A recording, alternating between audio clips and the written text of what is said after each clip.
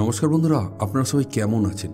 আশা করছি আপনারা সকলেই সুস্থ আছেন, ভালো আছেন। বন্ধুরা, সামনেই আসছে পয়লা বৈশাখ, নতুন বছরের শুরু। তাই রহস্যধারার পুরো টিমের তরফ থেকে আপনাদের সকলকে জানাই নতুন বছরের অনেক অনেক প্রীতি, শুভেচ্ছা, অভিনন্দন ও বুক ভরা ভালোবাসা।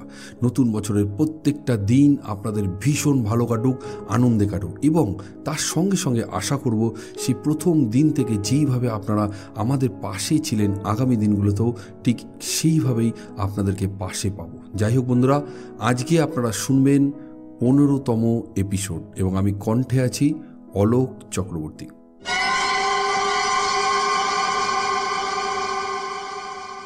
আজকের ঘটনাটি আমাদেরকে লিখে পাঠিয়েছেন বিজয় নস্কর, এবং এটি বিজয়বাবুর নিজের জীবনের ঘটে যাওয়া এক সত্য ঘটনা। চলুন তাহলে বিজয়বাবুর ভাষায় আমার কণ্ঠে ঘটনাটি শুনে নেওয়া যাক।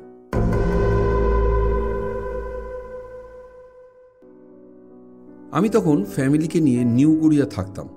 ওখানে স্ত্রী ও 2 সন্তানকে নিয়ে একটা ছোট্ট ঘর ভাড়া নিয়ে থাকতাম। আমার ছিল ডেকোরেটার্সের ব্যবসা। ছোট থেকেই তিল তিল করে নিউ গড়িয়া অঞ্চলে আমি ব্যবসাটিকে গড়ে তুলেছিলাম। কিন্তু এবার আমি বেশ অনুভব করলাম যে এই ছোট্ট ঘরে আর হচ্ছে না।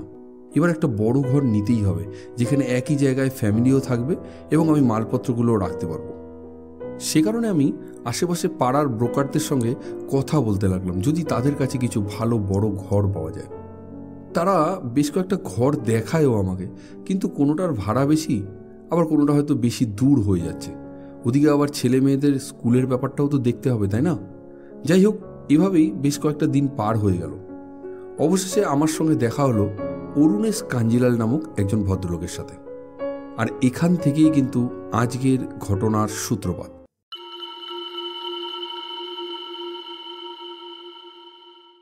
উনি থাকতেন গড়িয়া অঞ্চলে। পেশায় তিনি ছিলেন একজন সুদক্ষ সেলসম্যান, এবং দীর্ঘদিন ধরেই তিনি জমি বাড়ির ব্রোকারি করতেন। পরিপাটি করে জামাকাপড় পরা, সুন্দর করে সাজিয়ে কথা বলা, প্রত্যেকটা কথার মধ্যেই থাকতো দারুণ একটা কনফিডেন্স। একদিন ওনাকে আমাদের পাড়ার চায়ের দোকানে ডাকলাম। আমার উদ্দেশ্য ছিল যদি ওনার হাতে কোনো ভালো বড় ঘর থাকে। কিন্তু ভদ্রলোক আমার না মনের ধারণাটাই পুরো বদলে দিল। চায়ের দোকানে দেখা করে আমি ওনাকে বললাম, দাদা আপনি তো অরুণদা? নমস্কার দাদা, আমি বিজয় নস্কর, বসুন বসুন, আমি চায়ের অর্ডার দিচ্ছি। বলে আমি চায়ের দোকানদার কালুদাকে সবে বলতেই যাব, এরই মধ্যে উনি বলে উঠলেন, আরে নমস্কার বিজয়বাবু, আমি অরুণেশ কাঞ্জিলাল। আরে দাদা, আপনি কেন আমার চায়ের অর্ডার দেবেন? আমি বলছি কালুদা, হালকা চিনি পুরো মালাই মেরে বড় ঘরে 2 চা দেবে তো। চায়ের দোকানদার অত্যন্ত খুশিতে বলে উঠল, একে বাবু, এক্ষুনি দিচ্ছি। আপনাদের মতন বাবুরা একটু পায়ের ধুলো না দিলে এই গরিবের চায়ের দোকান কি চলে বলুন? এক্ষুনি দিচ্ছি বাবু, বসুন, এক্ষুনি দিচ্ছি। গরম চায়ে চুমুক বসিয়েই অরুণদা বলে উঠলেন, বলুন দাদা, আপনার জন্য কী করতে পারি? আমি বললাম, অনেকগুলো বছর এই অঞ্চলে রয়েছি এবং ব্যবসা করছি। আমি এখানেই একটা ছোট্ট ঘরে থাকি, কিন্তু এবার আমি একটা বড় ঘর খুঁজছিলাম। আপনার কাছে কি কোনো বড় ঘরের খবর আছে? তাহলে আমরা থাকতেও পারতাম, আর ধরুন আমার ব্যবসার মালপত্রগুলিও একটু সঙ্গে রাখতে পারতাম। উনি ব্যাপারটাকে খুব ইজি করে দিলেন। উনি বললেন, বাস এইটুকু? একটা বড় ঘর হলেই হবে? তারপর উনি আমায় বললেন, আচ্ছা একটা কথা বলুন তো বিজয়বাবু, মাসে মোটামুটি কত টাকা ভাড়া আপনি টানতে পারবেন? আমি বললাম, 5-6 হাজার টাকার মধ্যে হলে না ভালো হতো। এবার উনি বললেন, আচ্ছা যদি এটা আপনার ভাড়া না হয়ে নিজের বাড়ির জন্য মাসিক কিস্তি হয়, তাহলে আপনি কত টাকা টানতে পারেন দা? আমি একটু অবাক হয়ে বললাম, নিজের বাড়ির মাসিক কিস্তি? ব্যাপারটা একটু বুঝিয়ে বলবেন? উনি বললেন, আমার কাছে একটা বাড়ি আছে, 2 কাঠা জায়গার ওপর ঘর করা আছে, অ্যাডভেস্টারের চাল, বাড়িতে সাবমার্সেল বসানো আছে, ইলেকট্রিকের কানেকশান রেডি, সামনে ছোট্ট একটা ঝুল বারান্দা আছে। মোটামুটি আপনি একটা ছাউনি দিয়ে নিলে আপনার মালপত্র রাখার জন্য একদম বিন্দাস হবে। বলুন তো, আমি রেডি করে দিচ্ছি। এবার আমি একটু ঘাবড়ে গিয়ে বললাম, মানে বাড়িটার দাম কত, আর ওটা কি আমাকে মানে আর কি কেনার কথা বলছেন? উনি বললেন, শুনুন দাদা, একটা ভালো প্ল্যান দিচ্ছি আপনাকে। 1,00,000-2,000 টাকা যদি অ্যারেঞ্জ করে হাতে গুঁজে দিতে পারেন না, মোটামুটি মাসে মাসে 10,000 টাকা করে দিলে না পুরো ব্যাপারটা আমি কিন্তু ম্যানেজ করে নিতে পারবো। দেখুন দাদা, বাড়িটা কিন্তু পুরোপুরি আপনার হয়ে যাবে, ঠিক আছে? ভালো করে ভেবে দেখুন দাদা, এরকম সুযোগ কিন্তু বারবার আসে না। এবার আমি ওনাকে বললাম, দাদা মানে সত্যি এটা তো খুব একটা ভালো বড় একটা অফার দিলেন আপনি, একটা ভালো সুযোগ দিলেন আমাকে আপনি, কিন্তু মানে আমাকে না যদি একটু টাইম দিতেন, অন্তত 2 দিন একটু সময় দিন, আমি বাড়িতে একটু কথা বলে আপনাকে পজিটিভলি জানাচ্ছি। এই কথা বলার পর উনি বলে উঠলেন, ঠিক আছে, দেখে নিন, তবে বেশি সময় দেওয়া যাবে না। এসব বাড়ি নেওয়ার জন্য লোকে ওত পেতে বসে আছে দাদা। এসব বাড়ির জন্য বেশি সময় দেওয়া যাবে না। আমাকে একটু কালকের মধ্যে জানাবেন দাদা, পজিটিভলি, ঠিক আছে? এরপর আমি বাড়ি গেলাম এবং স্ত্রীর সাথে পুরো ব্যাপারটা আলোচনা করলাম, এবং আমার স্ত্রী প্রবল উৎসাহে বলে উঠলেন, কি গো, তাহলে সত্যি সত্যি আমাদের নিজস্ব বাড়ি হবে? বাহ, কি দারুণ হবে ব্যাপারটা। বড় করে গৃহপ্রবেশ করব। আর হ্যাঁ, বাড়ির একদিকে কিন্তু একটা ছোট্ট মন্দির বানাবো, আরেকদিকে কিছু ফুল গাছ লাগাবো। আর বাড়িটা কি ছাদ দেওয়া, তুমি কি জানো? যদি ছাদ দেওয়া হয় তাহলে বিকেলবেলা গিয়ে সবাই মিলে ঘুরবো, 2 ছেলে মেয়েকে নিয়ে গিয়ে খুব মজা করব। খুব ভালো হবে ব্যাপারটা। বলো না, কবে কিনছো? প্লিজ একটু বলো কবে কিনবে। ওরে বাবা, একটু দাঁড়াও তো, আগে 2,00,000 টাকা অ্যাডভান্স দিতে হবে, তারপরে আবার মাসে মাসে 10,000 টাকা করে ভাড়া, সেটা একবারও ভেবেছো? আরে বাবা, ঠিক পারবে, বললাম তো পারবে। আর একবার ভাবো তো, আমাদের নিজেদের বাড়ি, তোমার আমার নিজেদের বাড়ি, কি ভালোই না হবে। আর একটা কথা ভাবো তো তুমি, যখন আমরা ভাড়া বাড়িতে থাকতাম কিংবা এখনো যে থাকি, বাড়িওয়ালাগুলো কেমন হয়, কে এলো কে গেল, একেবারে ওত পেতে বসে থাকে। ওফ, কি অসহ্য যন্ত্রণা। এই যন্ত্রণা থেকে মুক্ত হব, কত ভালো হবে। পারবে পারবে, ঠিকই পারবে। আচ্ছা ঠিক আছে, বুঝেছি, চলো আগে বাড়িটা তো দেখে আসি। যথারীতি পরের দিন অরুণদাকে ডেকে আমরা বাড়িটা দেখতে গেলাম। বাড়ির সামনেটা ছিল প্রায় 8 ফুটের একটা রাস্তা, পুরো বাড়িটাই পাঁচিল দিয়ে ঘেরা ছিল, এবং বেশ কয়েকটা বড় বড় আম, কাঁঠাল আর কদম গাছ দিয়ে পুরো বাড়িটা ঘেরা ছিল। কিন্তু বাড়ির একদম সামনে লাগানো এমন একটা বড় গাছ ছিল যে গাছটার মধ্যে একটা পাতাও ছিল না। পুরো আগাছাতে ভরা বাড়িটা অনেকটা পুরানো মনে হচ্ছিল। দীর্ঘদিন মনে হচ্ছিল এই বাড়িতে কেউ ঢোকেনি। মেন গেটের তালাটা যেন কিছুতেই খুলতে চাইছিল না। অবশেষে যাই হোক, তালাটা খোলার পর ভেতরে ঢুকতেই পুরো মাকড়সার জাল আমার মুখের মধ্যে জড়িয়ে গেল। যেন মনে হচ্ছে কেউ যেন বাধা দিচ্ছে এই ঘরে ঢোকার জন্য। আর পুরো ঘরটার মধ্যে না একটা বিশ্রী ড্যাম পড়া গন্ধ, যেন নাক জ্বালা করে উঠছে। ঘরের ভেতরটা কেমন যেন একটা গুমোট করা অস্বস্তি ভাব। কোনো রকমে ঘরগুলো দেখে আমরা বাইরে বেরিয়ে আসলাম, আর বাইরে বেরিয়েই আমার নজরটা পড়ল ওই পাতাবিহীন গাছটার দিকে। একেবারে সোজা হয়ে অসংখ্য ডালপালা নিয়ে পাতাবিহীন গাছটা কি বিশ্রী দেখাচ্ছে। আমরা বাইরে বেরোলাম এবং তারপরেই যেন শরীরটা অনেকটা হালকা হয়ে গেল। সব কিছুতেই কেমন যেন স্বাভাবিক হতে লাগলো। আমি বাইরে বেরোতে না বেরোতেই এই ব্যাপারটাই মনে মনে বারবার ভাবছিলাম যে না, এই বাড়িটা কিন্তু নেওয়া যাবে না, কারণ কবে না কবে থেকে যে এটা পড়ে আছে কে জানে। এরই মধ্যে আমার স্ত্রী রূপা বলে উঠল, কি গো, বাড়িতে যেন কেমন মনে হচ্ছে, তাই না? অনেক দিন ধরে মনে হচ্ছে এভাবেই পড়ে রয়েছে। আর দেখো ওই যে ওই গাছটা, ডালপালা নেই, কেমন শুকনো, না পাতা আছে না কিছু, কেমন ভাবে দাঁড়িয়ে আছে, যেন মনে হচ্ছে আমাদের দিকে তাকিয়ে রয়েছে গটমট করে। বাবা রে বাবা, বাড়িটা মনে হচ্ছে খুব একটা ভালো হবে না। তুমি ওই লোকটাকে বলো না অন্য কোনো বাড়ি দেখতে। রূপার মুখের কথাটা শেষ হতে না হতেই অরুণবাবু হঠাৎ করে বলে উঠলেন, আরে দিদিভাই, কি ভয়টাই পাচ্ছেন নাকি? আরে ওটা একটা তো আমরা গাছ ছিল, এখন গাছটা মরে গেছে, পরিচর্যা হবে। 2 লেবার ডেকে ঘরের ভেতরটা ভালো করে পরিষ্কার করে নিন। একটা শুভ দিন থেকে পুজোর আয়োজন করুন। বিয়াবাবু, আমি কিন্তু আবারও বলছি, এইরকম সুযোগ কিন্তু বারবার আসে না। এত কমে এরকম সুযোগ কে দেবে আপনারা? কি জানি মানুষটার মধ্যে যে কি ভয়ঙ্কর একটা কনভিন্সিং পাওয়ার আছে সে বলে বোঝানোর মতো না। আমরা গোটা পরিবার আমাদের জীবনের সব থেকে বড় ভুল ডিসিশনটা কিন্তু ওখান থেকেই নিয়ে ফেললাম। ওই দীর্ঘদিনের বন্ধ হয়ে পড়ে থাকা বাড়িটা, যার ভেতর এবং বাইরের পরিবেশ পুরোটাই কোনো মানুষ থাকার যোগ্য না, অথচ আমরা 2 লক্ষ টাকা দিয়ে এগ্রিমেন্টটা করেই নিলাম। যদিও মনে একটা কাজ করছিল যে নিজের বাড়ি এবং তার সঙ্গে ব্যবসার মালপত্রগুলো রাখার জন্য অনেকটা জায়গা আছে। অবশেষে আসলো সেই বিশেষ দিনটি। আমরা বাড়িটার বাইরে দাঁড়ালাম আর 2 জন লেবার লাগিয়ে দিলাম। তারা জঙ্গলগুলো কেটে পরিষ্কার করতে লাগলো। প্রায় 2 দিনের চেষ্টায় বাড়ির সামনের উঠোনটা পুরোটাই একদম পরিষ্কার হয়ে গেল। এবার একজন পুরোহিতকে ডেকে একটা ভালো দিন বের করা হলো। তারপর সেই নির্দিষ্ট দিনে পুরোহিত মশাই পুজো শুরু করলেন। হায় ভগবান, তখনও আমরা আঁচ করতে পারিনি যে আমাদের সঙ্গে কি ভয়ঙ্কর বিপদ ঘটতে চলেছে। পুজো শুরু হলো, কিন্তু একটা অদ্ভুত জিনিস আমি লক্ষ্য করতে লাগলাম। 2 বার করে পুজোর মেন ঘটটা কাত হয়ে পড়ে গেল।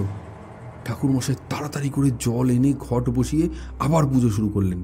যাই হোক, কোনো রকম পুজো যখন প্রায় শেষের দিকে, এবার ঠাকুরমশাই যজ্ঞের আয়োজন শুরু করলেন। কিন্তু সেখানেও একটা অদ্ভুত জিনিস লক্ষ্য করতে লাগলাম। উনি যতবার যজ্ঞের আগুন জ্বালাবার চেষ্টা করছেন, খানিকক্ষণ পরেই নিভে যাচ্ছে। আমি বাধ্য হয়ে ঠাকুরমশাইকে জিজ্ঞাসা করলাম, ঠাকুরমশাই কোনো সমস্যা আছে নাকি? উনি রীতিমতন বেশ খানিকটা ঘাবড়ে গিয়ে বলে উঠলেন, হ্যাঁ, ওই মানে আর কি, তেমন কিছু না, আমি পরে বলছি। এই বলে উনি পুজোর কাজ শুরু করলেন। কোনো রকমের যজ্ঞ শেষ করে যজ্ঞের তিলকটা দেওয়ার জন্য এগিয়ে এলেন। কিন্তু এ কী কাণ্ড! তিলক দিতে দিতে ওনার হাত থেকে মধুবর্কের বাটিটাই পড়ে গেল এবং আমি ঠাকুরমশাইয়ের মধ্যে একটা অদ্ভুত পরিবর্তন লক্ষ্য করতে লাগলাম। উনি খুব তাড়াহুড়ো করে নিজের ব্যাগপত্রগুলো গোছাচ্ছেন এবং কোনো রকমে এখান থেকে বেরিয়ে চলে যেতে চাইছেন। আমি বললাম, ঠাকুরমশাই আমাকে একটু দয়া করে বলবেন এই বাড়িতে কি সমস্যা আছে? তারপর উনি বলে উঠলেন, দীর্ঘ 40টা বছর আমি পুজো আচার লাইনে আছি, কিন্তু বিজয়বাবু এই রকম আমি কখনো দেখিনি। তখন আমি বললাম, ঠাকুরমশাই একটু বলুন না আমার এখানে কি করণীয়? আমি তো ভীষণভাবে ফেঁসে গেলাম মনে হচ্ছে ঠাকুরমশাই, আপনি কিছু করুন না প্লিজ। উনি বললেন, ওরে বাবা, এই ঘর আমি ঠিক করতে পারবো না। আমি একজনের সঙ্গে যোগাযোগ করে দিতে পারি, পারে যদি উনিই পারবে। এই কথা বলে উনি টিটাগড়ের একজন বড় মাপের তান্ত্রিকের ফোন নাম্বার দিলেন এবং অনেক কষ্টে ওনার সঙ্গে অ্যাপয়েন্টমেন্ট পেলাম। কিন্তু সেটা ছিল পুজোর দিন থেকে প্রায় 7 দিন পর। আর সেই 7টা দিন আমাদের যেন 7 বছরের মতো কেটেছিল। সত্যি কথা বলতে গেলে প্রথম 2টো দিন সেভাবে কোনো সমস্যা হয়নি। সমস্যার সূত্রপাত হয় 3য় দিন থেকে। রূপা আমাকে বলেছিল, কি গো, দেখো বাড়িটা না কেমন একটা লাগছে না? কেন একটা গা ছমছমে ভাব, চুপচাপ নিস্তব্ধ, কীরকম যেন একটা লাগছে। ওই গাছটা দেখতে পাচ্ছ? গাছটা তো কীরকম টাইপের শুকনো হয়ে রয়েছে না? যেন মনে হচ্ছে আমাদের দিকে তাকিয়ে রয়েছে একদম ঘটমট করে। কি করা যায় বলো তো এত কম টাকায়? আচ্ছা তুমি ওনাকে বলো তো অন্য কোনো বাড়ির ব্যবস্থা করতে। সেদিন কাজের একটু চাপ থাকার জন্য আমার বাড়িতে ঢুকতে ঢুকতে প্রায় 9টা বেজে যায়। মোটামুটি রাত 8টার সময়তেও রূপার সঙ্গে ফোনে কথা হয়েছিল। হ্যালো, কি গো, কখন আসছো তুমি? একটু তাড়াতাড়ি আসো না প্লিজ, আমার খুব ভয় করছে। আমি এখনও রাতে রান্না পর্যন্ত করতে পারিনি। আমি যখন রান্নাঘরের দিকে যাচ্ছি না, তখন গাটা ভার হয়ে আসছে, আর ওইখানে যেন মনে হচ্ছে কেউ ফিসফিস করে কোনো কথা বলছে। আমার না একদম পাচ্ছি না আমি রান্নাঘরে যেতে, খুব ভয় করছে। তুমি একটু আসো না গো। তারপর 8:30 থেকে 9টা পর্যন্ত আমি রূপাকে বেশ কয়েকবার ফোন করলাম, কিন্তু ও ফোনটা রিসিভ করেনি। আমি একটু টেনশানে পড়ে গেছিলাম। অবশেষে যখন আমি বাড়ি ঢুকলাম তখন প্রায় রাত 9টা বাজে। কিন্তু জানেন তো, আমি না তখনও বুঝতে পারিনি যে ঘরে ঢুকে আমি একটা ভয়ঙ্কর পরিস্থিতির মুখোমুখি হব।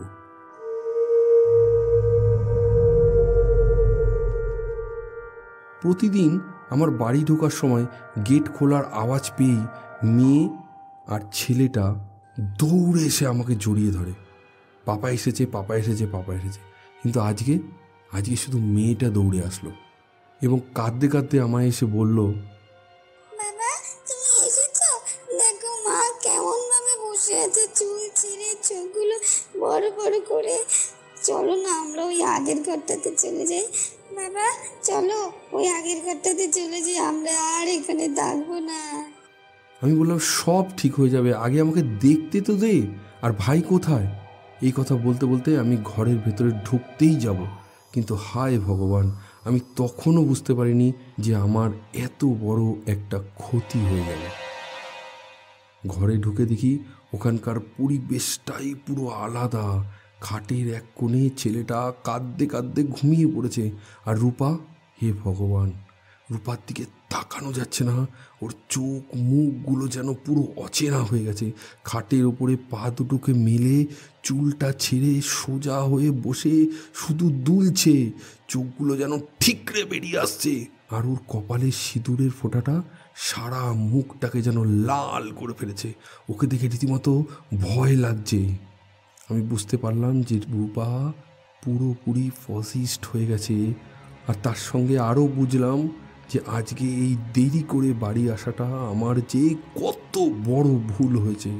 আমি ঠিক বুঝে উঠতে পারছিলাম না যে এখন আমার ঠিক কী করা উচিত।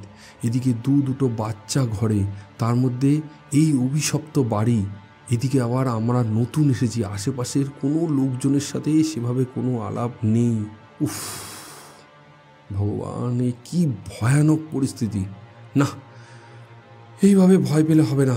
নিজের মনকে নিজের সাহস জুগিয়ে রূপার সামনে দাঁড়িয়ে বললাম, এই রূপা, রূপা কী হয়েছে তোমার? এইভাবে বসে আছো কেন? ছেলেটা কাঁদতে কাঁদতে ঘুমিয়ে পড়েছে, দেখেছো? কথা বলো। এই রূপা, মেয়েটা সমানে কেঁদে যাচ্ছে, দেখেছো? এই রূপা। হঠাৎ করেই রূপা চিৎকার করে বলে উঠল, চলে যা, এখান থেকে চলে যা, এটা আমার বাড়ি, চলে যা এখান থেকে, না হলে সব কটাকে মেরে ফেলবো, চলে যা। আমি আস্তে আস্তে করে রূপার পাশ থেকে ছেলেকে কোলে নিয়ে আর মেয়ের হাতটা ধরে ঝটপট করে পাশের ঘরে চলে এসে রূপার ঘরের দরজাটা বাইরে থেকে ছিটকানি লাগিয়ে দিলাম, যাতে কমসে কম ও ঘরের ভেতরেই থাকে। সেদিন সারাটা রাত্রি শুধু একবার রূপার ঘর আর একবার ছেলে মেয়েদের শোবার ঘর এই করেছি। এদিকে বাচ্চাদের একা ফেলে আমি রূপাকে সামলাবো সেটাও পারছি না। আবার যে বাচ্চাদের ঘরে থাকবো, তাহলে রূপা যদি ঘরের মধ্যে কিছু একটা করে বসে, উফ ভগবান, সেই যে রাত্রিটা যেন আমার জীবনের একটা কালো অধ্যায় ছিল, একটা কালো রাত্রি ছিল। এভাবেই একবার রূপার ঘর আর একবার ছেলে মেয়েদের ঘর এই করে করে সারাটা রাত্রি দৌড়াদৌড়ি করলাম। তারপর হঠাৎ করেই দেখি ঘরের জানালাগুলি থেকে হালকা করে ভোরের মিষ্টি আলো ঢুকতে শুরু করলো। আর ঠিক তখনই যেন রূপার চোখ মুখগুলো ধীরে ধীরে ধীরে ধীরে পাল্টে যেতে লাগলো। এবং তার সঙ্গে সঙ্গে আরও একটা জিনিস লক্ষ্য করলাম, যতই বাইরের আকাশটা পরিষ্কার হচ্ছে ততই যেন ঘরের পরিবেশটাও ধীরে ধীরে ধীরে ধীরে স্বাভাবিক হয়ে যাচ্ছে। এইভাবে সারাটা রাত্রি কেটে যাওয়ার পরে একদম ভোরের দিকটায় আমি ক্লান্তিতে ঘুমিয়ে পড়েছিলাম। এরপর যখন ঘুম ভাঙলো তখন বেলা বাজে প্রায় 12টা, আর দেখি ছেলে আমার পাশেই বসে খেলছে আর রূপা আমার জন্য চা করতে গেল। আমি ওকে জিজ্ঞাসা করলাম, কি গো, মেয়ে কোথায়? রূপা বলল, কেন, কোথায় আবার যাবে? স্কুলে গেছে। সকাল থেকে কত কাজ করে ফেললাম, ঘর মোছা, কাপড় কাচা, অর্ধেকের বেশি কাজ তো হয়েই গেছে, শুধু একটু রান্নাটাই বাকি আছে। তুমি এতক্ষণ কেন ঘুমাচ্ছ? তুমি কি দোকানে যাবে না? শরীর টরীর ঠিক আছে তো নাকি? যাই যাই, একটু পরে কথা বলছি, ভাতটা একটু উপর দিয়ে আসি। এক নিঃশ্বাসে রূপা কথাগুলো বলে গেল। আমি কিন্তু বেশ বুঝতে পারলাম যে রাতের কথা কিন্তু রূপার আর কিছুই মনে নেই। ও এখন একটা স্বাভাবিক মানুষ। আমিও আর মনে করাতে চাইলাম না। তবে হ্যাঁ, এটাও ঠিক, যদি রাতে আবার এইরকম হয়, তাই আমি তাড়াতাড়ি করে ফ্রেশ হয়ে সোজা গিয়ে উঠলাম টিটাগড়ের সেই তান্ত্রিকের বাড়ি। প্রায় হাতে পায়ে ধরে ওনাকে রাজি করালাম এবং বিকেল 4টেতে উনি আসলেন। সঙ্গে একজন লোককে নিয়ে আসলেন। উনি বাড়িতে ঢুকেই গম্ভীরভাবে বলে উঠলেন, বিজয়বাবু, আপনার সাথে কিছু কথা আছে, একান্তে বলতে পারলে সুবিধা হতো একটু। তখন আমি বললাম, হ্যাঁ হ্যাঁ হ্যাঁ, আপনি বলুন না। উনি আমাকে বললেন, এই বাড়িতে একটা নয়, অনেকগুলো অশরীরীর বসবাস রয়েছে। এত সহজে কিন্তু ওরা বাসস্থান ছাড়বে না। যদি সম্ভব হয় তবে এই বাড়িটি আপনার না নেওয়াই ভালো। আমি চাই না আমার বা আপনার কোনো বড় ক্ষতি হোক। আমি কথাগুলো শোনার পর কিছুক্ষণ নিশ্চুপ হয়ে দাঁড়িয়ে থাকলাম আর মনে মনে ভাবতে লাগলাম, শেষ পর্যন্ত বোধহয় আমার এই বাড়িটা আর কেনা হলো না। এরপর ওই তান্ত্রিক বলে উঠলেন, বেশ, ঠিক আছে, বুঝতে পেরেছি, আপনার এই বাড়িটি চাই। নিন, তবে ভীষণ একটা লড়াইয়ের জন্য মানসিকভাবে প্রস্তুতি নিন। তবে বিজয়বাবু, একটা কথা বলি আপনাকে। ধরুন আপনার 2 কাঠা জায়গা আছে, আর সেই জায়গাটাকে কোনো এক অচেনা মানুষ দখল করে নিতে চাইছে। আপনি কি তাদেরকে ছেড়ে দেবেন? আপনি কি সেই মানুষটাকে দখল করা জায়গাটাকে নিয়ে নিতে বলবেন? আমি বললাম, না, সেটা তো কখনোই না। সেটা কেন দেবো? আমার জায়গা আমি কেন ছাড়বো? তখন উনি বললেন, এক্স্যাক্টলি তাই, এক্স্যাক্টলি এখানে এটাই ঘটেছে। ওরাও কিন্তু ওদের শেষ রক্তবিন্দু দিয়ে হলেও চেষ্টা করবে যেন কোনো রকমভাবে এই বাড়িটা ওদের হাতছাড়া না হয়। আর আমাকে আপনাকে লড়াই করে ওদের সঙ্গে এইখানে জিততে হবে এবং ওদেরকে এই বাড়ি থেকে সরাতে হবে। তো এই লড়াইটা ভীষণ কঠিন হবে, প্রস্তুত হন বিজয়বাবু। এবার সেই তান্ত্রিক হাতের ইশারায় ওনার সহযোগীকে তৈরি হতে বললেন এবং সঙ্গে আমাকেও বললেন, মনের দিক থেকে শক্ত হয়ে আমরাও যেন তৈরি হয়ে যাই। তান্ত্রিক মশাই অনেক চেষ্টা করলেন, কিন্তু সত্যি কথা বলতে গেলে কিছুই করতে পারছিলেন না। অবশেষে প্রায় 2 ঘন্টার বেশি সময় কেটে গেল। তান্ত্রিক মশাই যজ্ঞকুণ্ডর সামনে বসে আছেন, মন্ত্র জপ করেই যাচ্ছেন, আর ঠিক তার পাশেই তার সহযোগী তান্ত্রিক তার চক দিয়ে এঁকে দেওয়া গোল দাগের ভেতরে চুপ করে চোখ বন্ধ করে বসে আছে। একটুও নড়ছে না, একটুও কথা বলছে না। ঘরটা যেন একটা চুপচাপ শুনশান হয়ে রয়েছে, যেন মনে হচ্ছে সবাই যেন কোনো এক মহাশ্মশানের অভিশপ্ত নীরবতা পালন করছে। হঠাৎ করেই যেন ঘরের ভেতরে সেই শ্মশানের নীরবতার বুক চিরে হাড় হিম করা এক অট্টহাসি চারিদিকে ছড়িয়ে পড়তে লাগলো। উফ, কি ভয়ঙ্কর সেই হাসি! এবার তান্ত্রিক মশাই তার তৈরি করা গোল চকের দাগের ভেতরে বসে থাকা ভদ্রলোকটা হঠাৎ করেই বলে উঠলেন, কি হে সদানন্দ, তুমি আমাকে ধরবে?